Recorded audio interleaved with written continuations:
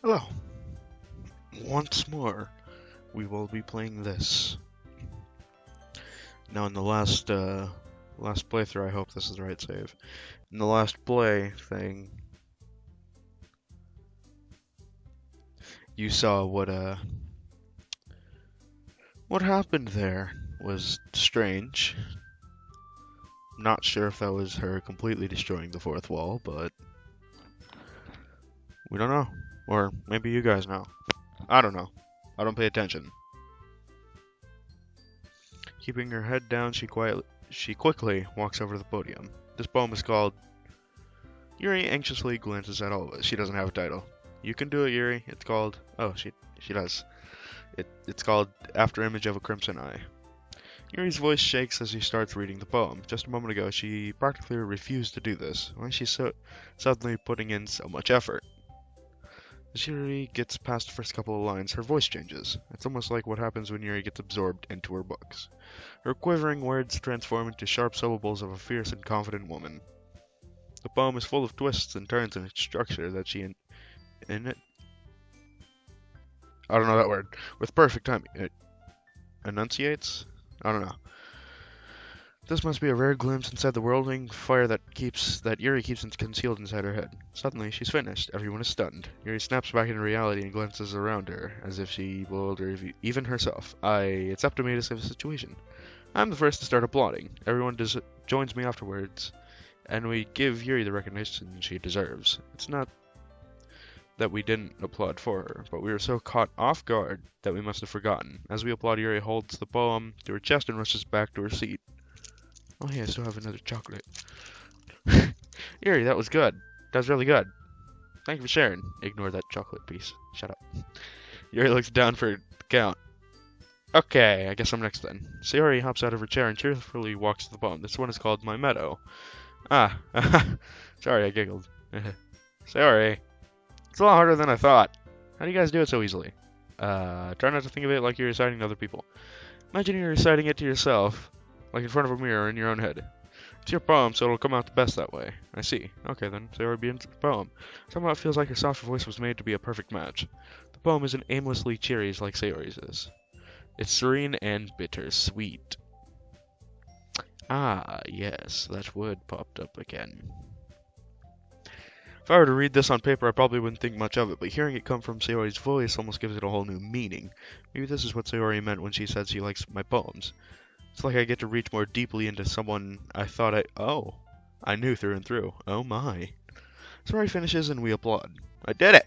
Good job, Sayori. Even Fat Man liked it. That's a good sign. What does that even mean? He came out nicely, Sayori. The atmosphere of the poem fits you really nicely. But it might be that other poems wouldn't work quite as well with that kind of delivery. I don't really understand. In other words, I've seen poems of yours where that sort of gentle delivery wouldn't work as well.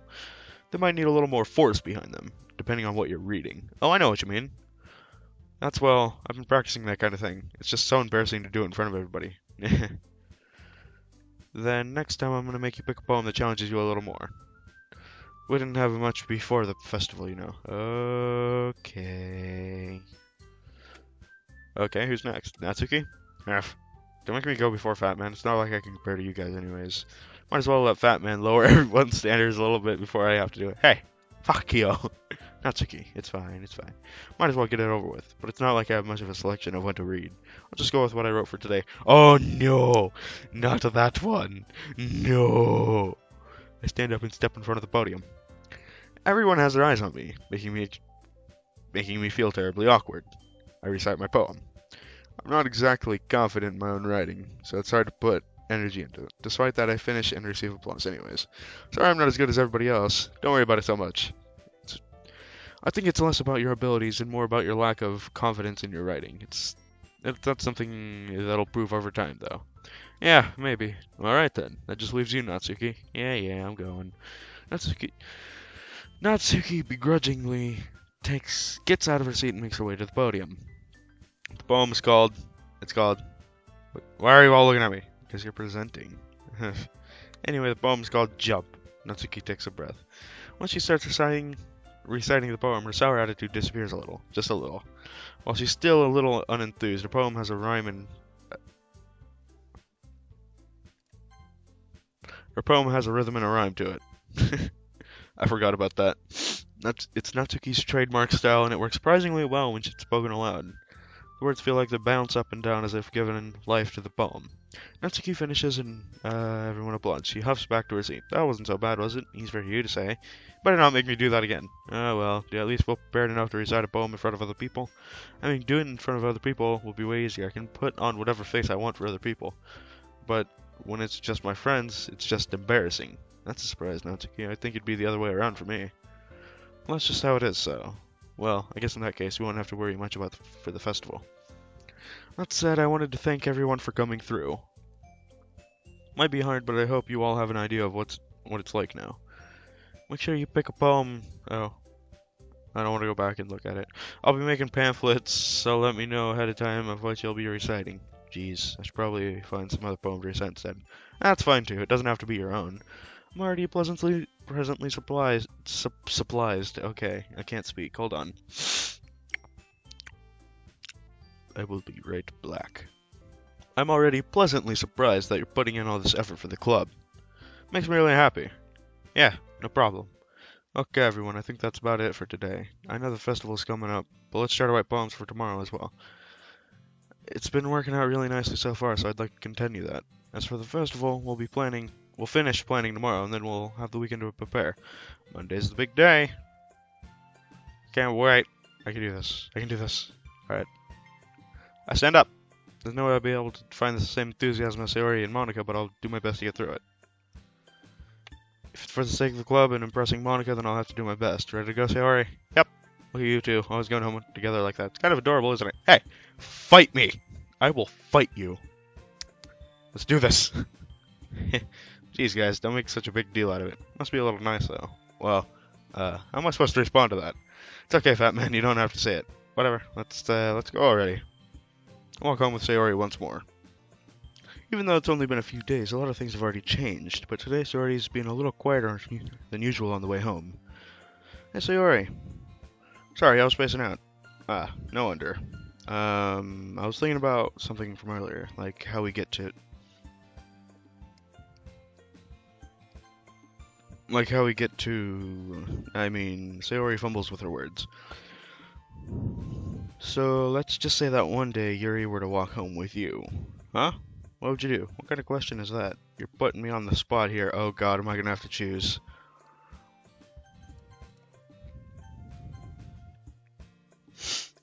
Oh boy, what do I say? Well, oh boy. Well, I guess? I mean, this one would be the obvious right answer.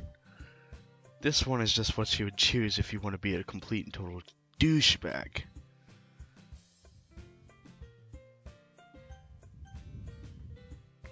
Do I dare? No. I'm not gonna be a douche. Sorry. You think I would ditch you for Yuri? Probably would. No, I wouldn't. Just kidding. Don't hurt me. Huh? But she's so beautiful and smart. Jeez, I see her in the club every day. Besides, you really seem like you like going home together. I wouldn't just ruin that for you. You're so silly, fat man. You think about me too much sometimes. Yuri would deserve it, even if she wanted it. Sorry, I've already made up my mind. I really can't figure you out sometimes. Sorry. Besides, what's the point in speculating something that's never gonna happen? Conversation trails off. It's kind of a weird thing for Sayori to care so much about. But I want to respect her and keep her happy too. Then again, the festival is only a few days away, so who knows what'll happen in that time. Okay. Strange. Very strange.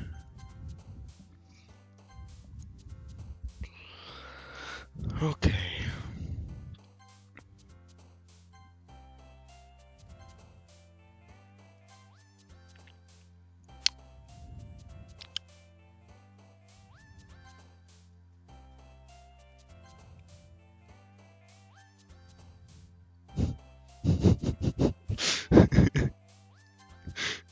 Didn't go right, okay.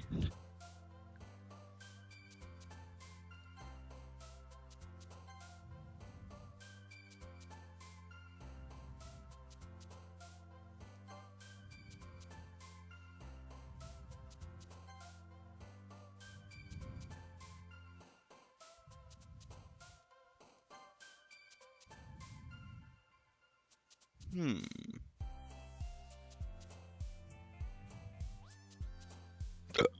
Hiccups. That was like a hiccup burp, though.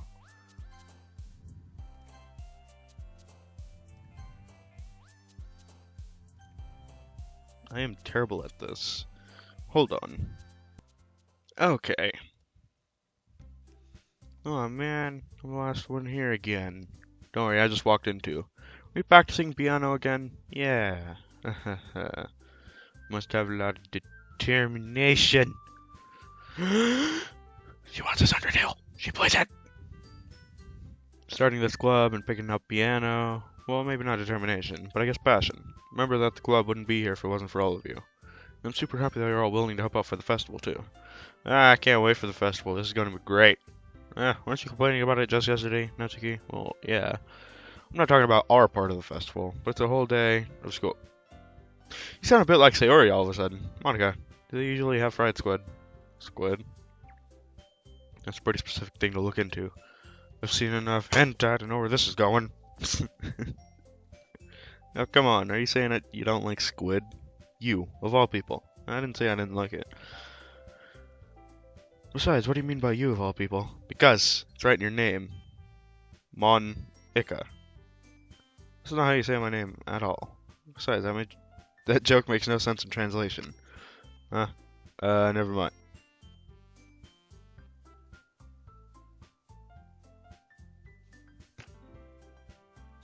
What?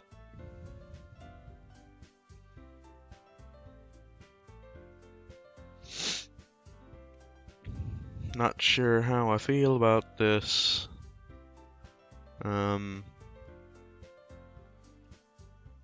Okay then. Did she break the fourth wall again?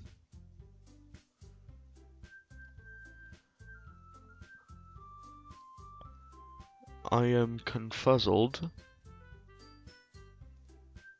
Fine, fine. Your reactions aren't as funny as Yuri's or Sayori's anyways. Excuse me. Where's Sayori anyway? Oh, there you are. Sayori is sitting down in the desk of the corner of the room looking down at nothing. Aww. I walk over to her. Hey Sayori. I move my hand in front of her face. Huh? Spacing out again. Oh. Sorry, don't mind me. You can go talk to everyone else. Huh? Is everything alright? Of course. Why wouldn't it be? Just feels like you're a little off. Sorry for assuming things. Geez, you worry too much about me. I'm fine, see? Sayori shows me a big smile. Don't let me distract you from having fun with everybody else. Well, alright.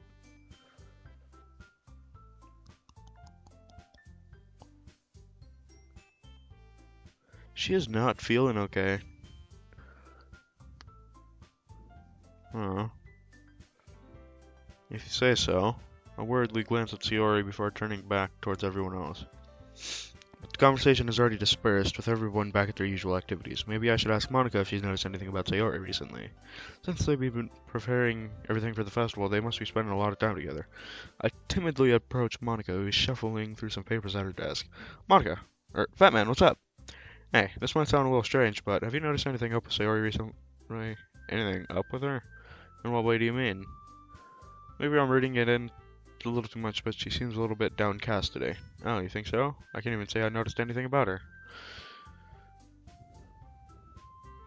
Monica peers across the room at Sayori, who is idly dragging a rubber eraser up and down her desk. Maybe there is something on her mind, but I'm surprised I'm not the one asking.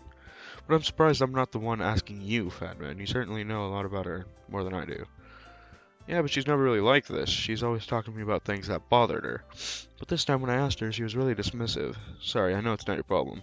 I just wanted to ask you if you knew anything, so I'll drop it now. No, it's important to me too. I mean, I'm also friends with her, and I care about the well-being of my club members, you know? Maybe I'll try talking to her myself. Are you sure about that? She seemed like she wanted to be left alone. Are you sure? Maybe she just has a hard time bringing up the person of interest. What do you mean by that?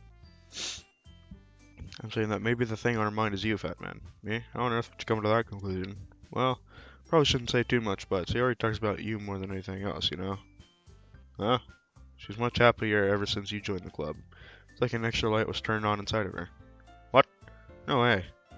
Sayori is always like that. She's always been full of sunshine. It's not any different now than it's always been. You're so funny, fat man. Haven't you thought that maybe you've always seen her as cheerful because that's the way she is around you? I said too much. I'm sorry. What do I know anyway? I mean to jump to conclusions, so you should just forget about what I said. I'll try to talk to her, so try not to think about it for now. Alright. Monaco smiles meaningfully. I know she said to forget about it, but I already know that I won't be able to get her words out of my head. Monica stands up from her desk and walks across the room to where Sayori is sitting. I watch her kneel down next to Sayori and gently talk to her. But she's keeping her voice so quiet I can't hear her from here. I sigh and sit myself down. I know Sayori told me not to worry about her and have fun with everyone else, but that's impossible to do when she's behaving like this. Exactly how much do I care about her that I'm letting this weigh me down so much? Now it feels like I'm the one behaving out of the ordinary, but there's nothing I can do besides wait for Monica. Why does it feel like I'm being watched? I glance around the room. Suddenly I notice Yuri peering at me from over a book, but she looks away just as quickly with a flustered look on her face. I realize that she won't get anywhere like this. I've never really seen Yuri approach anyone and start a conversation on her own accord, so I have no choice but to approach her myself. But now it's a little easier for me to do that. I stand up from my desk and sit in one next to her own. I didn't mean to bother you or anything. Relax, you didn't even do anything. But I could tell that you wanted to be alone with your thoughts. Alone with my thoughts? How are you even able to tell that was what I was thinking? Well, it's something that I do a lot, so it isn't hard for me to spot based on your posture and something. Not that I was staring or anything. I didn't do anything creepy like that. In any case, I guess you were right. I'm sorry if I caused you any concern. Don't apologize. Your troubles are only the concern of those who willingly share in that concern. Of course, there are certainly those who find the most comfort in keeping of themselves, but if you would prefer to share what's on your mind, then I would be glad to listen. It's really not that big of a deal. I was just feeling a bit uneasy about Sayori. Sayori? Yeah, she seems a little off today, but when I asked her about it, she didn't want to admit it to me. So I can't help but wonder if something happened to her. Oh? That's quite romantic. Huh? Sorry, I didn't mean to say something stupid. It's not that I just didn't want you to misunderstand. Sayori and I have been just friends for a long time, that's all.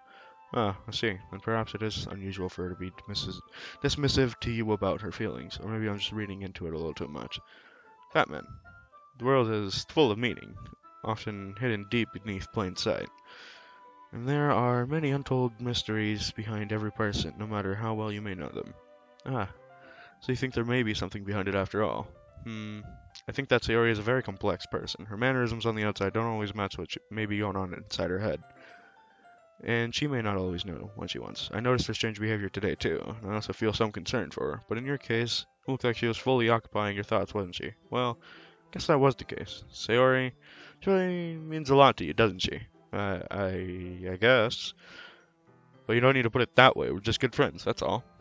Yuri suddenly looks deeply into my eyes. Her expression is gentle and curious, as if she was searching for something. Embarrassed, I avert my gaze. Sometimes a person's mysteries are untold even to themselves. As someone honest and caring, may uncover feelings you weren't aware were in you. That is, I think that she would be a very fortunate person to have you feel that way about her.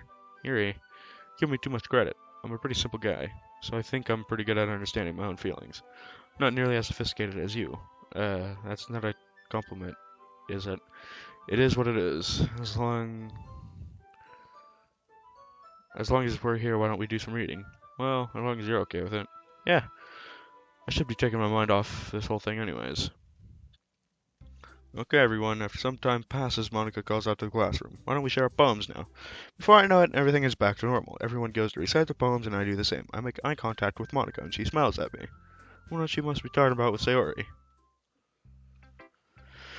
Okay.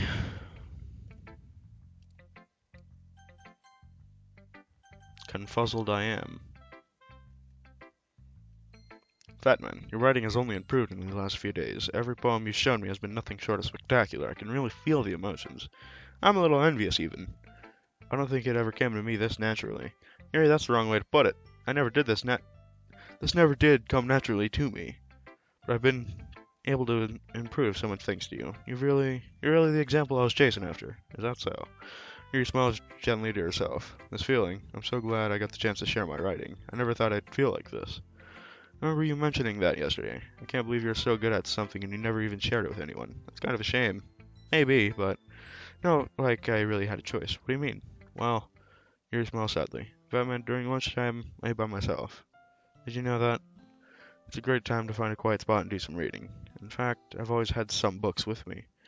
You could say I really enjoy reading. Well, that's one way to put it anyways. But books are so amazing and inspiring people. People you want to fall in love with, or people you just know would make a really good friend. Cheerful people who always put a smile on your face, or deep thinkers and problem solvers who discover the mysteries of life. So when you look at it that way, I'm surrounded by friends every day, you know? And those friends don't laugh at me. They don't tease me for spacing out all the time. They don't make fun of my body type. And they don't hate me for acting like a know-it-all. People say that about you? I'm not a know-it-all, fat man. I'm the opposite. I don't know anything. Don't know how to talk to people. I don't know how to make people see me as normal. Don't know how to make myself happy. I have all these feelings. And all I can do is, with them is read and write.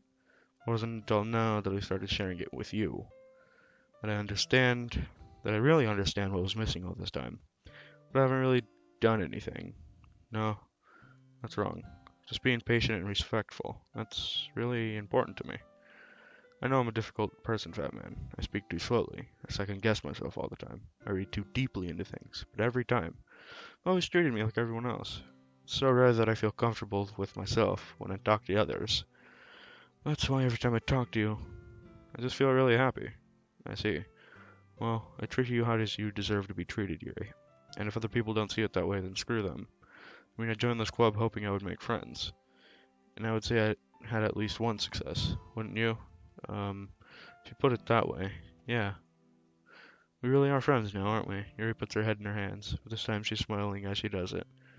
You want to show me your poem? Yeah, I do. Let me get it for you. Gust under the light, part 2. The tendrils of my hair illuminate beneath the amber glow, bathing. In the distance, a blue-green light flickers, as a lone figure crosses his path.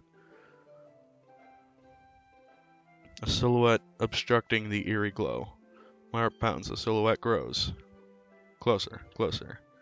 Open my umbrella, casting a shadow to shield me from visibility, but I am too late. He steps into the streetlight. I gasp and drop my umbrella. The light flickers my arm. My heart pounds. He raises his arm. Time stops. The only indication of movement is the amber light flickering against his outstretched arm. The flickering light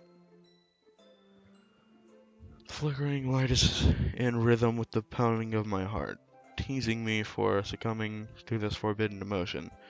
Have you ever heard of a ghost feeling warmth before? Giving up on one understanding? I laugh. Understanding is overrated. I touch his hand, the flickering stops. Ghosts are blue-green. My heart is amber. I don't know, I can't really get anything out of that. I can't interpret what it means. Finishing the poem, I start to hand it back to Yuri, but instead of taking it from me, she looks away.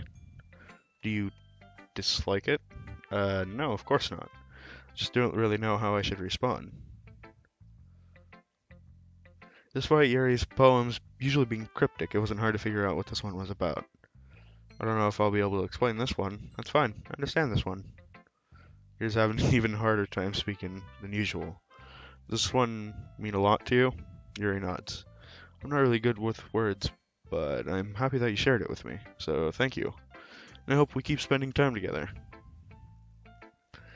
Despite my inability to make eye contact, I see a faint smile emerge on Yuri's lips. I once again try to hand the poem back to her.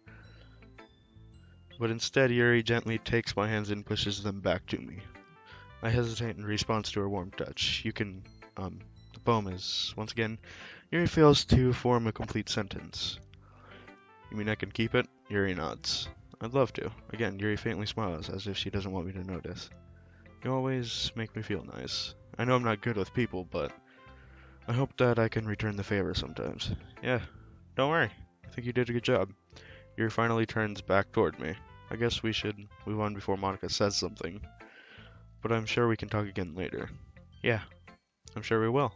With that, Yuri timidly smiles at me and I return to my seat so I can put her poem away. Well, that was strange.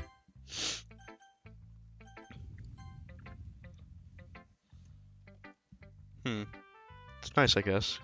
Come on, I can already tell you don't like it. Well, you don't need to worry about what I think. After all, you wrote this for someone else, didn't you? Probably Yuri. Ah, I didn't write this for anyone specifically. Maybe. That's not really what I meant, though. But it's okay. You're making new friends, just like I was hoping. That makes me really happy. And you're happy too, right? In this club? Well, of course I am. Good. That's all that matters to me. Thank you, Fat Man. Sayori, is there something wrong? Huh? No, nothing. I'm just a little tired today. Alright, just tell me if you need anything. I will. Don't worry about me, okay? You can go play with everyone else now. If you insist. Yay. I'm gonna go home a little bit early today. Sayori? Tell Monica I wasn't feeling well, okay? I'll see you tomorrow. Before I can say anything, Sayori cheerfully walks out of the classroom, humming to herself.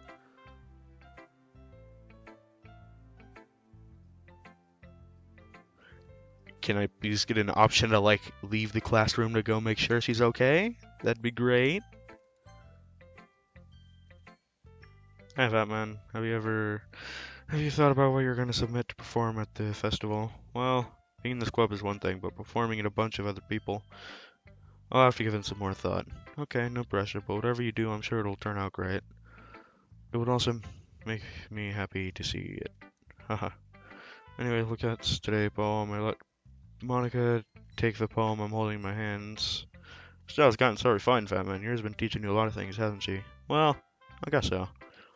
Yeah, I've been noticing how much time you spend with her. Oh, I think I've heard her say more words these past couple of days than she's talked in the whole year. Oh, wow.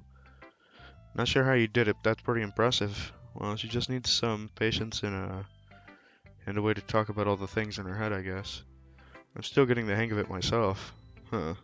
Certainly putting in a lot of effort. You must really like her. That's... It's awfully suspicious, you know, spending time with her in the classroom every day, reading that edgy novel with her. Well, I just feel bad she has a hard time socializing. It makes me want to make sure she doesn't spend all her time alone. Besides, the novel isn't too bad, either, you know? Alright, I get you. Just be careful, okay? I know that Yuri isn't used to opening herself up. So if something bad happens while she's vulnerable, then it could be really hard for her. Her books aren't a total escape from reality. They're just a bandage. You say that like I'm going to hurt her. Sorry, I didn't really mean that. If anything, she might accidentally hurt herself.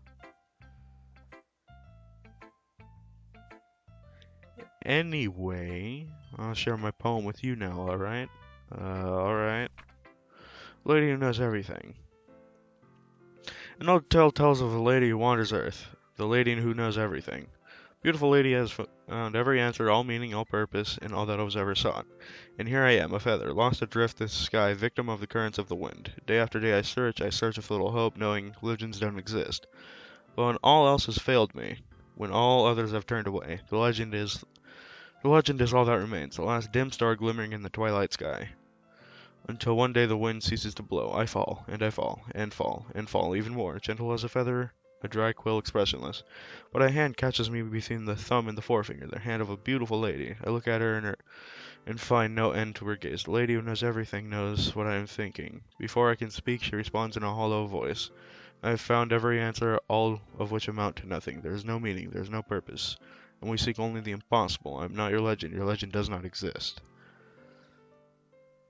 And with a breath, she blows me back afloat, and I pick up a gust of wind. Okay. You know, I feel like learning and looking for answers are the sort of things that give life meaning. Not to get too philosophical or anything, but I was kind of on my mind, and that's what I wrote about. I see. I never really put much thought into it. In a way, it's almost paradoxical, because if we had all the answers, wouldn't the world start to lose its meaning? You know, there's one thing I noticed. It seems like everyone in the club prefers writing about things that are more sad than happy. Are you surprised? I mean, if everything was okay, we wouldn't really have anything to write about, would we? Humans aren't two-dimensional creatures. I think you'd know that better than anyone. You mean one-dimensional?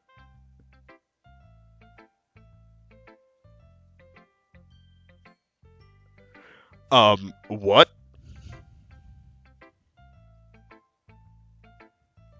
Yeah, that. Anyway, Here's Monica's writing tip of the day. You're ever too shy to share your writing because you're afraid it's not that good. It can be really disheartening to get a lukewarm response to something you've put so much into.